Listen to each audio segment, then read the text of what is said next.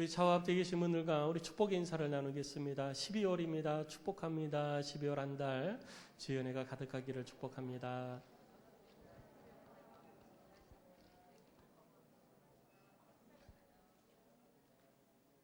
네, 12월 한 달 주의 돌보심의 은혜가 여러분들의 삶 가운데 가득하셔서 매일의 삶에 하나님의 은혜가 넘쳐나시기를 주의 이름으로 축원합니다.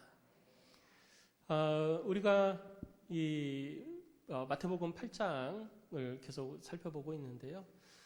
그 마태복음에 대한 전체적인 흐름을 이해를 하면 우리가 훨씬 더 어떠한 주제로 예수님께서 말씀을 하고 계시는지 우리들이 명확하게 좀 더 알 수가 있습니다. 마태복음의 저자는 이제 마태죠. 마태가 성령의 감동을 받아서 마태복음을 기록을 했는데 마태는 예수 그리스도의 이 땅에 오심부터 시작을 합니다. 예수 그리스도의 이 땅에 오심은 어느 날 갑자기 되어진 게 아니라는 거죠. 하나님께서 이 땅의 백성들을 구원하고자 하시는 그 구원 계획이 구체화되어진 것이라는 것을 마태복음 1장 족보를 통해서 밝혀주고 있는 것입니다.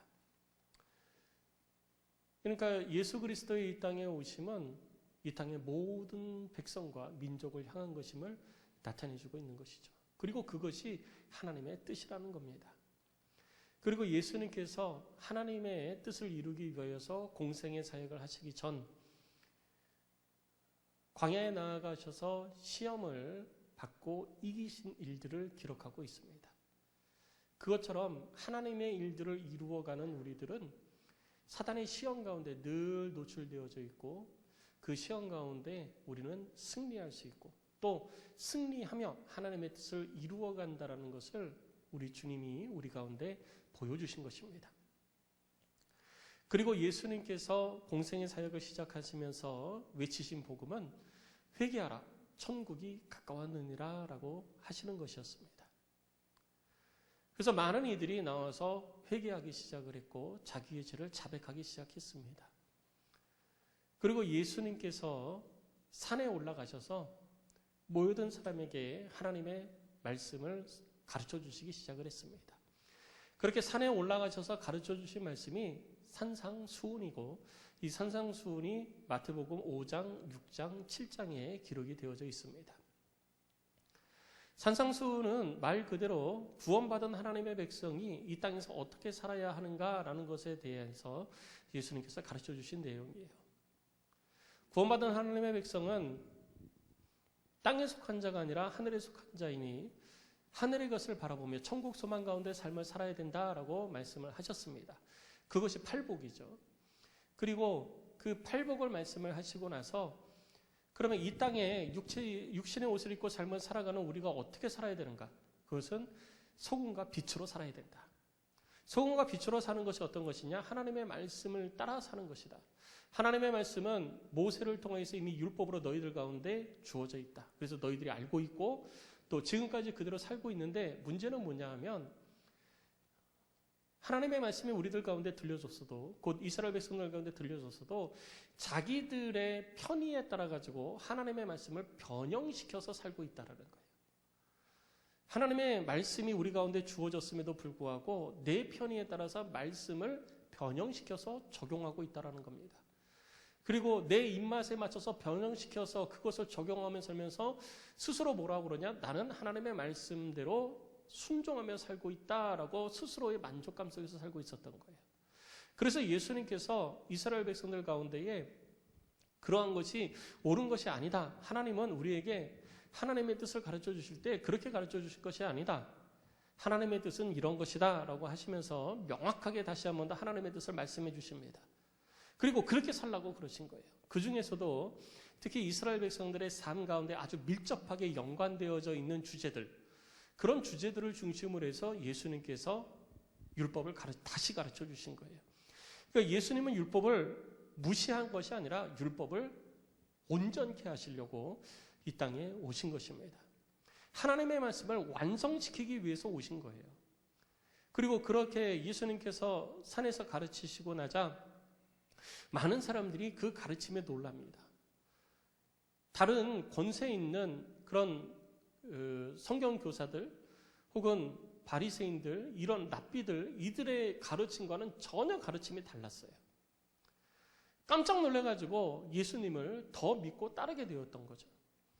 그리고 산에서 내려올 때 예수님께서 이제 가르쳐 주신 하나님의 말씀, 산상수훈을 통해서 가르쳐 주신 이스라엘 하나님의 백성의 삶, 이것이 어떠한 것인지, 이 땅에서 우리가 육신의 옷을 입고 삶을 살면서 하나님의 백성다운 삶을 살아가는 방법이 무엇이냐, 그것을 기적을 통해서 실체화시켜서 나타내 보여주시기 시작하십니다.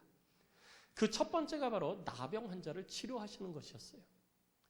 문제를 안고 있고 삶의 어려움 가운데 있고 위기 가운데 있을 때, 그때 다른 것을 찾는 것이 아니라 주님께로 나와서 주님께 기도하고 주의 도우심을 구하는 자는 주의 은혜를 힘입어 그 모든 문제가 해결되어지고, 문제만 해결되는 것이 아니라 그의 삶이 온전히 회복되어짐을 예수님은 나병 환자를 치료하시는 기적을 통해서 모든 사람들한테 직접 나타내 보여주신 것입니다. 그래서 우리는 이 땅의 삶을 살면서 하나님의 백성이라면 하나님께 그 문제를 가지고 와야 되는 거예요. 내 삶에 문제가 있을 때 하나님의 백성이 되었음에도 불구하고 세상의 방법을 따라서 문제를 해결하려고 하고 세상의 사람의 능력을 힘입어서 문제를 해결하려고 하면은 그것은 하나님의 백성다운 삶의 모습이 아니라는 거예요. 하나님께 가져오면 하나님께서 그 문제를 해결해 주시기 시작하고 문제 해결에서만 그치는 것이 아니라 그의 삶을 온전히 회복시켜 주시는 거예요. 그렇게 하실 때에 하나님께서 세상의 권세와 그리고 세상의 사람, 세상의 능력을 함께 사용을 하시기 시작을 하는 것입니다. 그것이 하나님께서 하나님의 백성을 이 땅에 하나님의 백성답게 회복시켜서 주의 뜻 가운데 행하는 삶을 살아가도록 하시는 비결이라는 것이죠. 그리고 나서 많은 사람들과 함께 예수님께서는 가버나움으로 들어가시게 됩니다. 마태복음 4장 12절과 13절 말씀을 보면 가버나움은 예수님께서 기거하시던 곳이에요. 자, 마태복음 4장 12절 13절 말씀은 예수께서 요한이 잡혔음을 들으시고 갈릴리로 물러가셨다가 나사렛을 떠나서 스불론과 납달리 지경 해변에 있는 가버나움에 가서 사시니라고 기록하고 있습니다. 가버나움은 예수님께서 사시던 지역이에요. 가버나움에 사시면서 예수님께서 산에 올라가셔서 이스라엘 사람들을, 하나님의 백성을 가르치고 다시 내려오셔서 가버나움으로 들어가신 것입니다. 그래서 가버나움은 갈릴리 호수의 북부 지역에 위치한 도시인 것입니다. 그래서 이 가버나움으로 들어갈 때 많은 사람들이 예수님과 함께 한 거예요.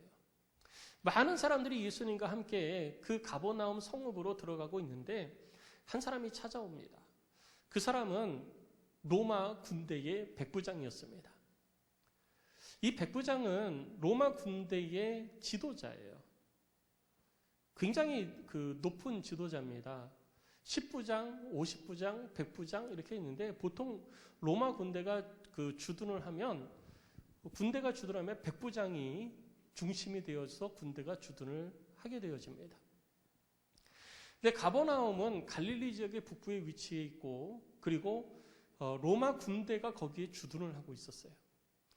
그렇기 때문에 로마 군대가 주둔을 하고 있으니까 로마 군인들을 향하여서 장사를 하는 사람들이 몰려든 거죠.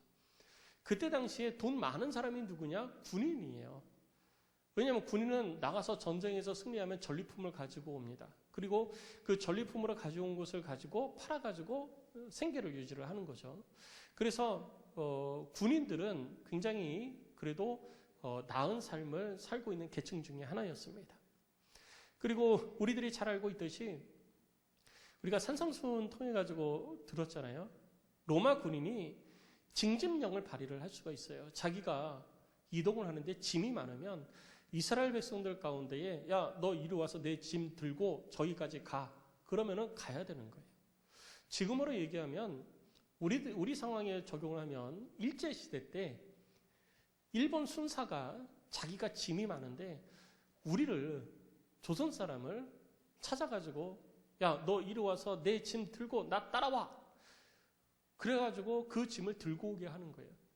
그러면 기분이 좋습니까? 나쁩니까? 상당히 안 좋죠. 상당히 안 좋아요. 내가 왜 우리나라를 점령한 일본 순사를 도와줘야 되냐 이거죠. 로마의 지배를 받고 있는 유대인들도 역시 마찬가지였습니다. 그러니까 그 백부장을 비롯해서 로마 군인들하고는 관계가 그렇게 좋지를 않았어요. 관계가 그렇게 좋지 않은 상황 가운데 있을 때 백부장이 예수님을 찾아온 거예요.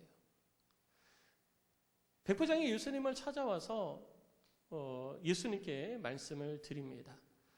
오늘 6절 말씀을 보면 백부장이 이렇게 이야기합니다. 주여, 내 하인이 중풍병으로 집에 누워 몹시 괴로워하나이다. 내 하인이 괴로우니까 중풍병에 걸려서 괴로워하고 있으니까 고쳐달라는 거예요. 뜬금없이 백부장이 와서 예수님께 고쳐달라고 그러지는 않았을 거예요.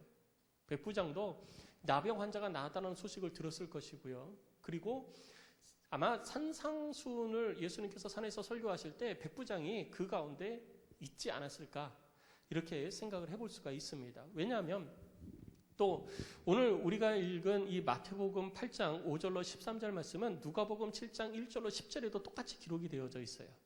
그런데 약간의 차이가 있습니다. 뭐냐면 그 누가복음에는 오늘 마태복음에는 백부장이 직접 예수님을 찾아와서 이야기하는 걸로 되어 있는데 누가복음에는 백부장이 유대인 장로 몇 사람을 예수님께 보낸 걸로 나옵니다. 그리고 이렇게 예수님 앞에 나온 유대인 장로들이 예수님께 이야기를 할 때 백부장의 종이 중풍병에 걸려서 누워 있는데 주님, 그를 고쳐줘야 됩니다 라고 얘기해요. 왜 그를 고쳐주냐? 여러분, 백부장은 로마 군대의 장교예요. 지도자예요. 원수같이 생각하는 사람들이거든요. 그런데 유대인 장로들이 와서 그를 고쳐줘야 된대요. 그 이유가 뭐냐니까 그 누가복음에 보면은 그는 우리 민족을 사랑하는 자요. 그러니까 유대인들과 좋은 관계를 맺고 있는 백부장이었어요. 그리고 우리를 위해서 회당을 지었습니다라고 예수님께 말씀을 드립니다. 그러니까 이 백부장은 우리하고 좋은 관계를 맺고 있으니까 예수님이 저를 고쳐줘야 됩니다라고 얘기를 하는 거죠. 그런데 마태복음에는 이제 그런 내용은 없어요. 그러면 왜 마태복음과 누가복음에 대한 이런 차이가 발생을 하느냐 하면요.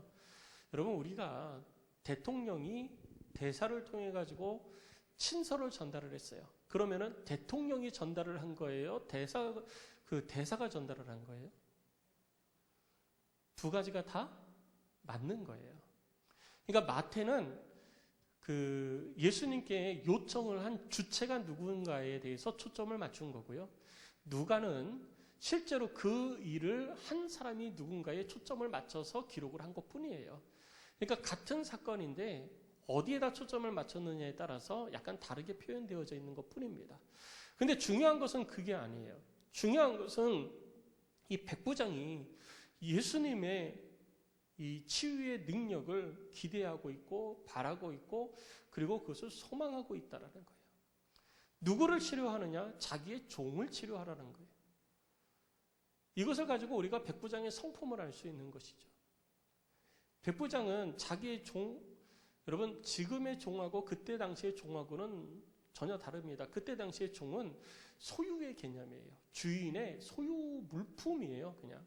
그러니까 쓰다가 안 좋으면 내가 버리면 그만이에요. 병 들었다? 그럼 버리면 돼요.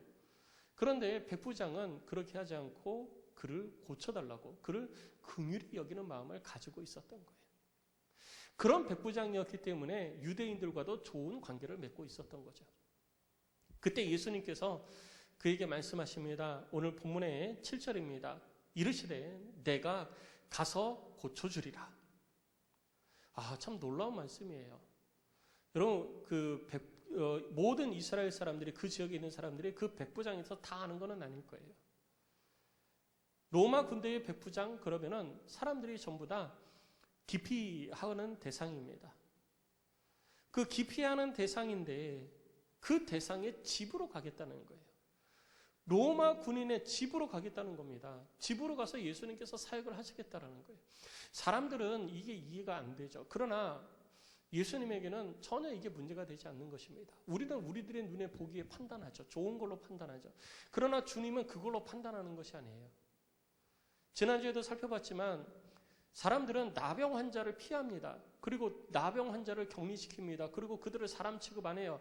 그리고 그들을 무시합니다. 공동체에서 쫓아내요. 그리고 그렇게 하고 그들을 상대 안 하는 것이 율법이라고 그렇게 자기들은 생각합니다. 그러나 그들을 상대 안 하는 것이 아니라 그들을 격리 조치해서 보호하는 것이 율법이에요. 다른 사람들에게 더 큰 해가 가지 않도록 보호하는 것이 율법이에요. 그런데 사람들은 그들을 보호하는 것이 아니라 그들을 내치기 시작했던 거예요.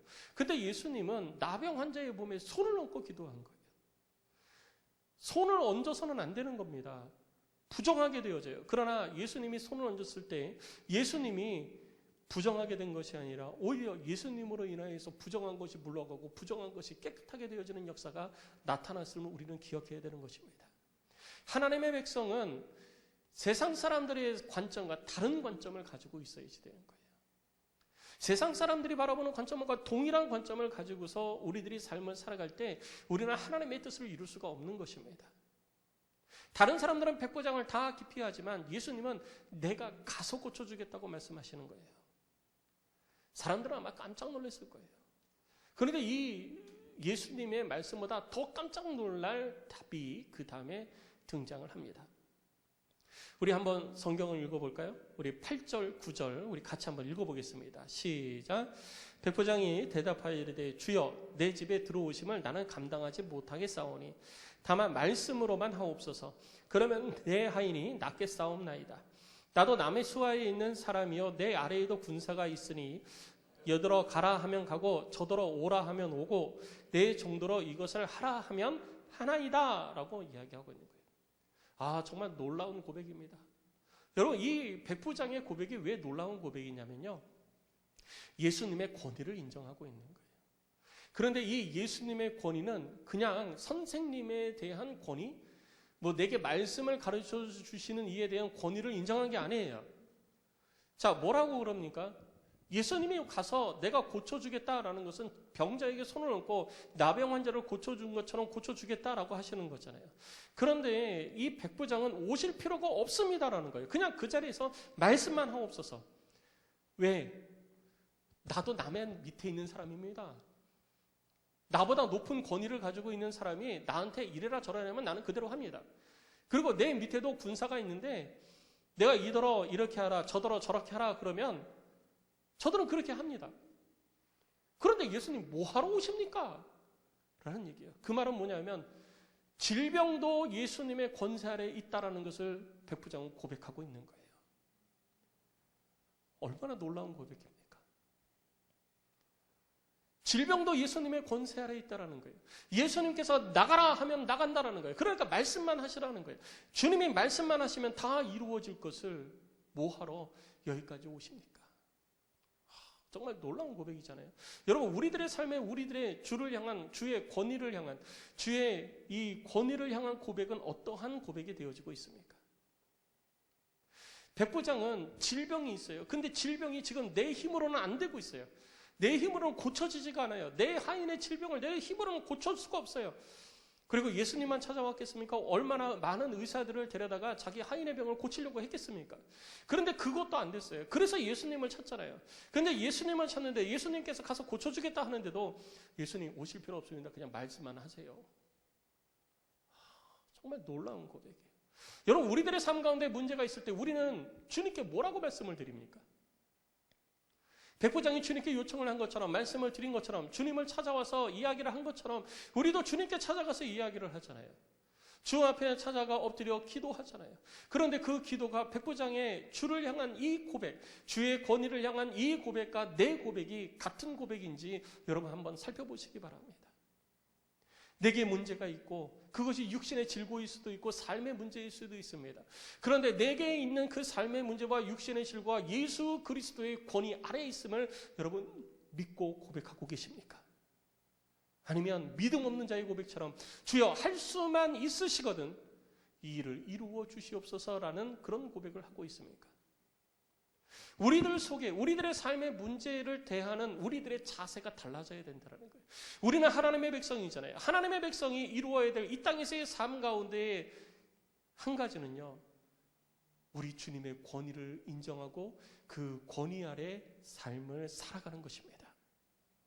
그것이 우리들의 삶이 되어야 되는 거예요. 그것이 하나님의 백성의 삶이 되어야 되는 것입니다.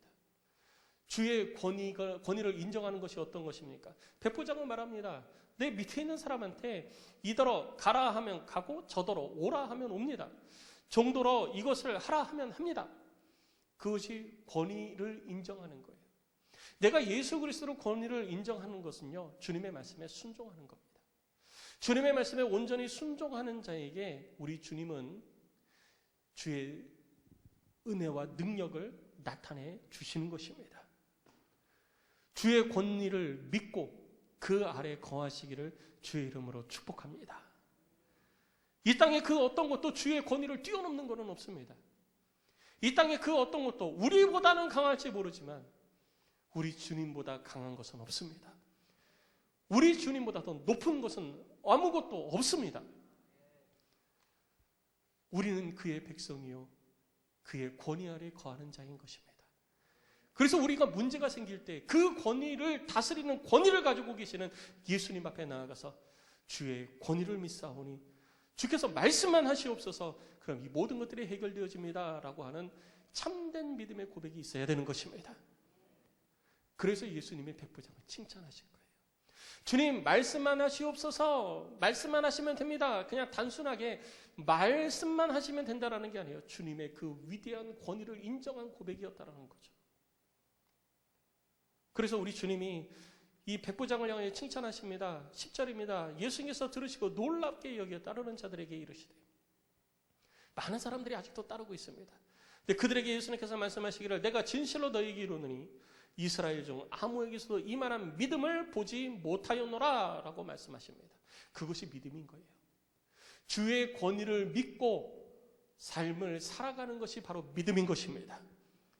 믿음은 내가 믿습니다라고 얘기하는 게 되는 게 아니에요. 내가 믿기 때문에 순종하는 것이 그것이 믿음인 것입니다. 주의 권위를 인정하고 그 권위 아래 삶을 살아가면서 주의 권위를 인정하고 그 아래에서 순종으로 하나님의 말씀 앞에 주의 말씀 앞에 순종하며 삶을 살아가는 삶, 그것이 바로 믿음을 가진 자의 삶의 모습인 것입니다. 이 믿음을 보시고 예수님께서 놀라신 거예요. 예수님이 깜짝 놀라 칭찬하시는 믿음, 바로 이 믿음이 여러분 속에 있으시기를 주의 이름으로 축복합니다. 내게 문제가 발생했을 때, 내게 어려움이 발생했을 때, 이거 어떡하지?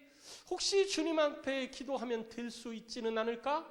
이 방법도 있고 저 방법도 있고 내가 일단 다 해보자. 그 가운데 내가 그래도 교회를 다니니, 그래도 신앙이 있으니 주께 기도도 같이 해보자. 여러분, 그런 믿음입니까? 아니면 이 모든 것들이 주의 권세 아래 있으니 내가 주께 간구하면 주께서 이 모든 것들을 해결해 주시고 풀어주시고 회복시키리라 라고 하는 믿음을 가지고 주 앞에 나가고 계십니까? 우리 주님이 깜짝 놀랄 만한 믿음의 고백이 여러분 가운데 있으시기를 주의 이름으로 축복합니다. 그리고 우리 주님이 칭찬하시잖아요. 그러면서 이런 믿음을 보지 못하겠다. 주의 말씀에 순종하는 것이 믿음인 것입니다. 주의 권위를 인정하는 것이 믿음인 것입니다. 그 아래 거하는 것이 바로 믿음인 것입니다. 그대로 사시기를 주의 이름으로 축복합니다.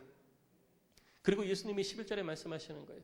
또 너희에게 이르노니 동서로부터 많은 사람이 이르러 아브라함과 이삭과 야곱과 함께 천국에 앉으려니와 그 나라의 본 자손들은 바깥 어두운 데 쫓겨나 거기서 울며 이를 갈게 되리라.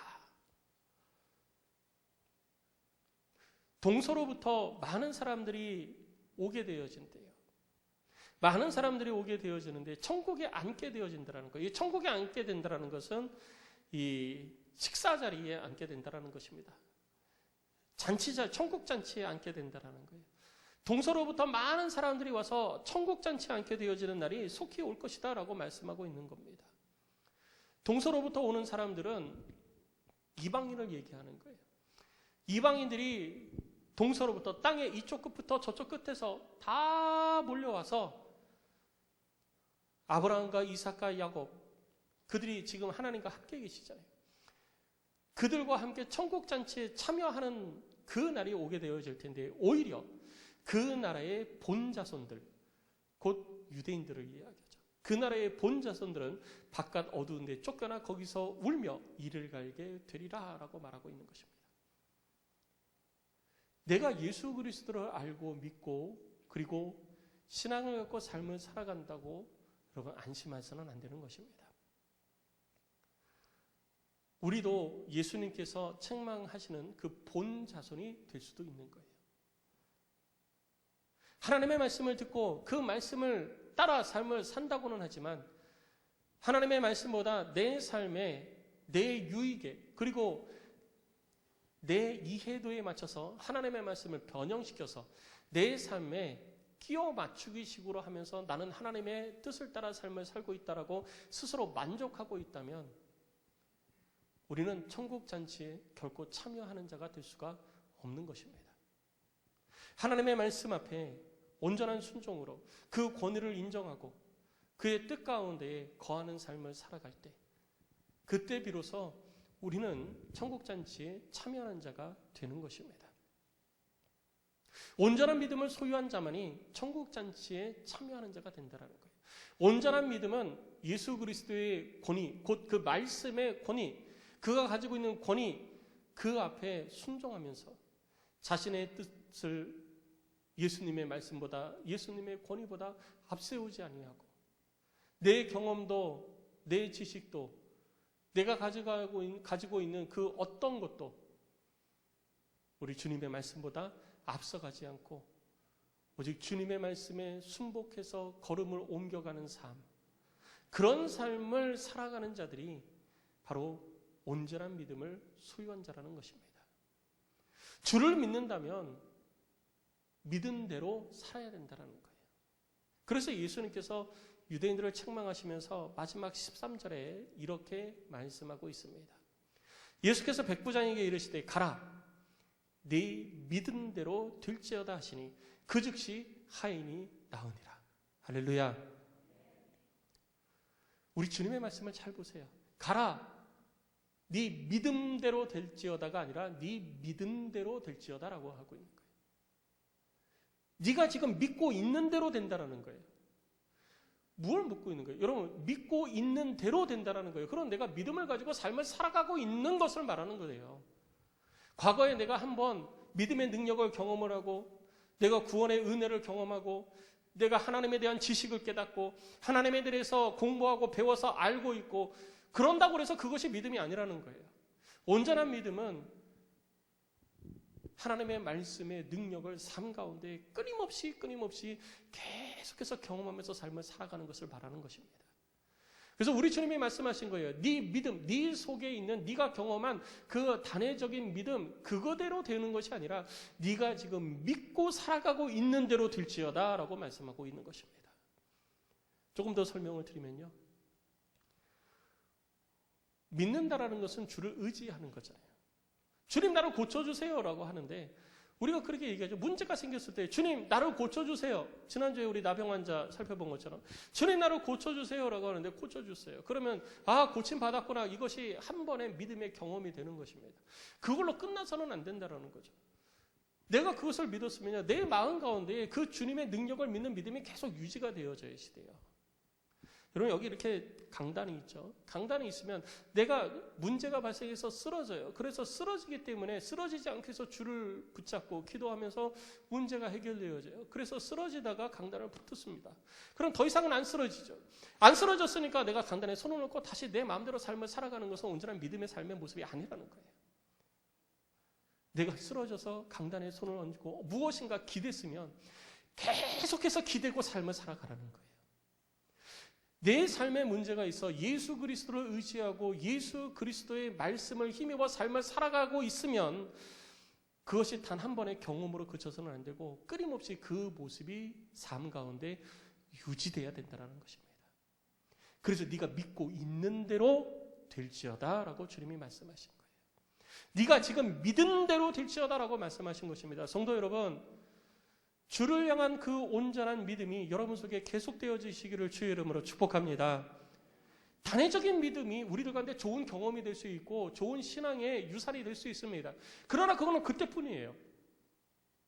우리들 가운데도 얼마나 많습니까? 내가 과거에 하나님의 능력을 경험하고 병고침을 받고 문제가 해결되어지고 그런 일들을 경험한 사람이 많이 있습니다. 그런데 문제는 뭐냐면 지금 우리 주님이 우리를 향해서 그와 다른 문제에 부딪혀 있는 우리를 향해서 네가 이 믿음대로 네 믿음대로 될지어다. 네가 지금 믿고 있는 대로 될지어다라고 했을 때 그 문제가 해결되어질 사람이 몇 명이나 있겠느냐는 거예요. 나는 지금 뭘 믿고 있는지 우리 스스로 돌아봐야 되는 것입니다. 과거에 내가 한번 믿었다고 그 믿음의 능력을 경험했다고 지금도 내게 주를 향한 온전한 믿음이 있다라는 착각에서 우리는 벗어나야지 되는 거예요. 믿음은 경험이 아닙니다. 믿음은 한 번의 경험으로 그치는 것이 아니에요. 그것이 믿음이 완전히 아니다라는 것이 아니라 그것은 그걸로 끝난 거예요. 문제는 뭐냐면 지금도 내가 그 사실을 믿고 주를 의지하며 삶을 살아가고 있느냐는 거예요. 그렇게 사시기를 주의 이름으로 축복합니다. 그래서 내가 문제를 가지고 주님 앞에 나아갔을 때 주께서 네 믿음대로 될지어다라고 했을 때 우리 주님의 역사가 우리들의 삶 가운데 나타나는 놀라운 일이 있으시기를 주의 이름으로 축복합니다. 백부장을 향하여서 네 믿음대로 될지어다 했을 때 그 즉시 하인이 나왔잖아요. 네 믿음대로 네가 지금 무엇을 믿고 있든지 그 믿음대로 될지어다라고 말씀하신 우리 주님의 능력이 여러분들의 삶 가운데도 나타나시기를 주의 이름으로 축원합니다. 우리가 구원받은 하나님의 백성으로서 하나님의 나라에 대해서 알았어요. 하나님의 말씀에 대해서도 알았고 예수 그리스도의 산상수훈을 통해서 우리들이 많은 하나님의 나라에 대한 비밀을 깨우쳤어요. 그동안에 내가 잘못 알고 있었던 것도 지식적으로 다시 한번 깨달았어요. 문제는 거기서 그쳐서는 안 된다는 것이죠. 그것을 내가 알았으면 그것을 믿고 의지하는 삶을 살아야 된다는 것입니다. 그것을 예수님께서 오늘 백부장의 하인의 병을 고쳐주시는 그 사건을 통해서 우리 가운데 보여주시는 거예요. 깨달은 것에서 멈추지 말라는 거예요. 깨달은 것에서 멈추지 말고 계속해서 나아가라는 것입니다. 우리들의 삶 가운데에 하나님의 백성으로서 이루어가야 될 것이 바로 예수 그리스도의 권위를 내 삶에 인정하는 거예요. 내가 주인이 아니라 우리 주님이 주인이 되어지고 내 삶 가운데 발생하는 그 어떤 것도 우리 주님보다 강한 것은 없다. 우리 주님보다 높은 권위를 가지고 있는 것은 없다. 그러니 우리 주님이 하시면 된다. 이 믿음이 여러분 가운데 있으셔야 되는 것입니다. 이 고백이 여러분 가운데 있기를 주의 이름으로 축복합니다. 내게 그 믿음이 있다는 것은 하나님의 말씀, 예수님의 말씀에 내가 순종하는가를 보면 알 수 있는 거예요. 그 믿음이 있으면 순종하는 거거든요. 그 믿음이 있으면 가는 거예요. 하나님께서 이스라엘 백성들을 향해서 요단강을 건너가라 라고 했을 때 요단강이 쫙 갈라지고 나서 건너가라고 그런 게 아니에요. 건너가라 한 거예요, 그냥. 그랬더니 이스라엘 백성들이 요단강에 발을 집어넣잖아요. 요단강에 발을 집어넣으니까 그제서야 갈라진 거예요. 어떤 일이 일어날지 우리는 상상할 수가 없습니다. 그러나 여러분 무엇을 상상하든지 우리가 믿는 그 믿음 가운데에 하나님은 그 놀랍도록 그것보다 훨씬 더 놀라운 일을 우리 가운데 이루시는 분임을 기억하시기 바랍니다. 문제는 내가 걸어가야 되는 거예요. 여러분 이 요단강이 갈라졌으니까 왕정이지 안 갈라졌으면 어떻게 됐을까요? 빠져 죽었을까요? 아니요. 예수님은 물 위를 걸어가시잖아요. 요단강이 갈라지지 않았으면 이스라엘 백성들은 요단강 위로 건너갔을 거예요. 그것이 하나님께서 일하시는 방법이에요. 우리는 우리들의 생각대로 이건 이렇게 된다라고 우리가 규정짓죠. 그건 우리 생각이죠. 하나님은 우리들의 생각을 뛰어넘어서 일하시는 분인 것입니다. 그래서 우리보다 더 큰 능력을 소유하신 그분 앞에 우리는 순종해야 되는 거예요. 내가 그분의 말씀 앞에 순종하고 있다면 우리는 주의 권위를 인정하고 있는 것입니다. 그리고 오늘 본문을 통해서 우리에게 가르쳐 주시는 것은요. 믿음을 소유하라는 거예요. 계속해서 믿으라는 것입니다. 우리들의 믿음이 때를 따라서 믿기도 하고 안 믿어지기도 합니다. 환경에 따라서 이건 믿을 수 있을 것 같고 환경에 따라서 이건 못 믿을 것 같고 이런 때가 너무나도 많이 있습니다. 그러나 우리 주님은 말씀하십니다. 네가 믿은 대로 될지어다 라고 말씀하시는 거예요. 환경 때문에 상황 때문에 사람의 말 때문에 주를 향한 내 믿음이 흔들리지 않기를 주의 이름으로 축복합니다.